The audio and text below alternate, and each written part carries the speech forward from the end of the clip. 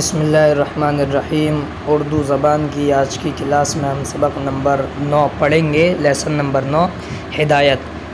जज़्म, ये छोटी सी दाली जज़्म है। जज़्म की पहचान। बच्चों को समझाया जाए कि जब किसी हर्फ पर जज़्म हो उसे अगले हर्फ के साथ मिलाकर पढ़ा जाएगा, यानी जो उससे पहले हर्फ है उससे मिलाकर पढ़ा जाएगा। ये जज़्म ये छोटी दाल की तरह ऐसे हर्फ पर बना होता है।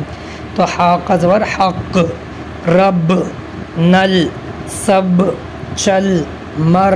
तो देखिए पीछे वाले हर्फ से मिलाकर इसको पढ़ रहे हैं। रस, नौ, तक, रह, शक, ख़त, सर्द, हम्द, मस्त, रहम, रहम, सफ़र, करम,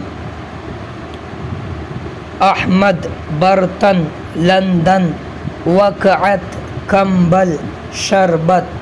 ये एक्सरसाइज है, मश्क है। मत लड़, तो ता पे जज़म है, अड़ा पर जज़म है। बस कर, हक है, हज कर, अक्ल कम है, कलम नर्म है, सच सच कह, शक मत कर, मतलब है, खर्च कम कर, अगस्त तक रह। अगस्त सीन पे जज़म है, ता पे भी जज़म। अगस्त तक रह। कल मंगल है, कल मंगल मंगल है, हक पर चल।